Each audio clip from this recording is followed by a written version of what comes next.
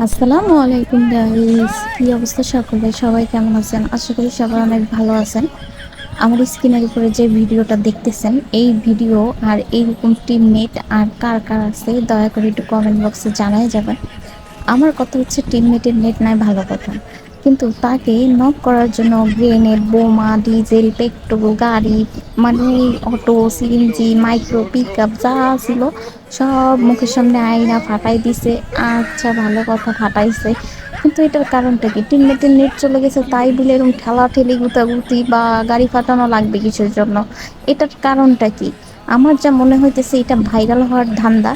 আরেকটা হইলো, আমার সামনে তো যখন নেট থাকে তখন কিছু বলতে পারে না, করতে পারে না। এই জন্য যখন আমার নেট চলে গেছে তখন আমার উপরে অত্যাচার, নির্যাতন, মানে যা পারছে তাই আইনা, গ্রেনেড, বোমা যা পারছে তাই আইনা আমার মুখের কাছে ফাটাইছে। কি করবেন? এরকম টিমমেট কার কার আছে অবশ্যই কমেন্ট করে যাবেন।